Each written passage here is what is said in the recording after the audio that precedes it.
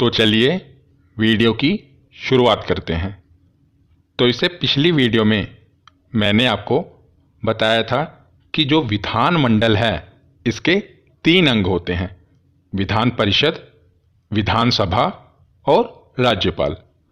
तो जो विधान परिषद और विधानसभा है ये मैंने पिछली वीडियो में डिटेल में कवर करा दिया। अगर आपने वो वीडियो नहीं देखी तो पॉलिटी की प्लेलिस्ट में जाकर ज़रूर देख लेना। तो आज की वीडियो में हम जो तीसरा महत्वपूर्ण अंग है राज्यपाल, ये देखते हैं। तो जिस प्रकार केंद्र में राष्ट्र का प्रमुख राष्ट्रपति होता है, ठीक उसी प्रकार राज्यों में राज्य का प्रमुख राज्यपाल होता है। तो जो राष्ट्रपति की भूमिका होती है केंद्र में, वही भूमिका राज्यपाल की होती है राज्यों में। तो हमने देखा था, मैंने आपको राष्ट्रपति वाली वीडियो में बताया था कि जो राष्ट्रपति है भारत का, ये नाम मात्र का मुखिया है, मतलब कि औपचारिक प्रमुख है। पर जो प्रधानमंत्री हैं, जो भारत की शक्तियां हैं, वो तो प्रधानमंत्री के ही हाथों में है। तो उसी प्रकार जो राज्यपाल है ये औपचारिक प्रमुख है। पर बात करें वास्तविक प्रमुख राज्यों में, तो वो मुख्यमंत्री है। मतलब कि जो शक्तियां हैं वो मुख्यमंत्री के हाथों में ही हैं। पर जो राज्यपाल है ये केवल नाम मात्र का मुखिया है।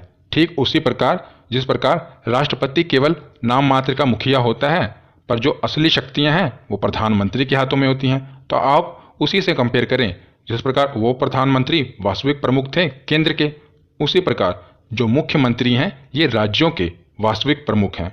और औपचारिक प्रमुख कौन है? तो राज्यपाल। क्योंकि अगर कोई भी बिल है, जब तक राज्यपाल के साइन न हो जाए तो वो कानून नहीं बनता। तो जो औपचारिक यानी कि संवैधानिक प्रमुख कौन है? तो राज्यपाल है। तो अब हम कुछ प्रमुख कथन देख लेते हैं राज्यपाल के बारे में, क्योंकि आजकल एग्ज़ाम में कथन पूछे जाते हैं। और अभी एनटीपीसी के एग्ज़ाम हुए थे, उसमें बहुत से कथन पूछे गए थे, इसीलिए देख लीजिए। तो पहला कथन है जो कि सरोजिनी नायडू का है। सरोजिनी नायडू कौन थी? तो ये भारत की पहली महिला राज्यपाल थी। याद रखिएगा, सरोजिनी नायडू।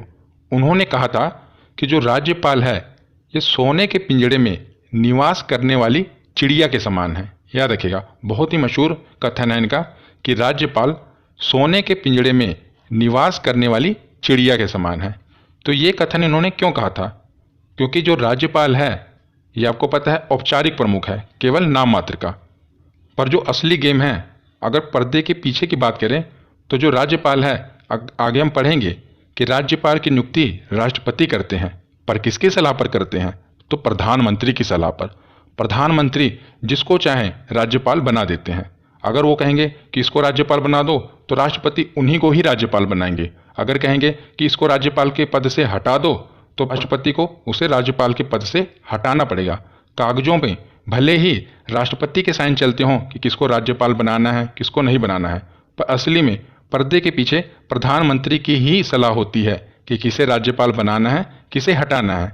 तो सरोजिनी नायडू ने कहा था कि राज्यपाल सोने के पिंजड़े में निवास करने वाली चिड़िया के समान है। बहुत ही महत्वपूर्ण कथन है और एग्जाम में पूछा गया है, इसलिए ध्यान रखिएगा।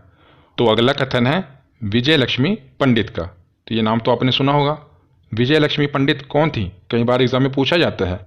तो ये संयुक्त राष्ट्र महासभा की अध्यक्ष बनने वाली विश्व की पहली महिला थी। याद रखिएगा, विश्व की पहली महिला ये संयुक्त राष्ट्र महासभा की अध्यक्ष बनी थी।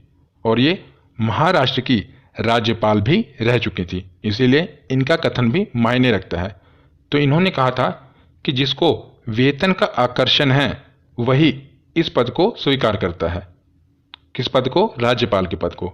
जिसको वेतन का आकर्षण है वही इस पद को स्वीकार करता है। ये विजय लक्ष्मी पंडित का कथन है। दोनों कथन आप याद रखिएगा, बहुत ही महत्वपूर्ण है।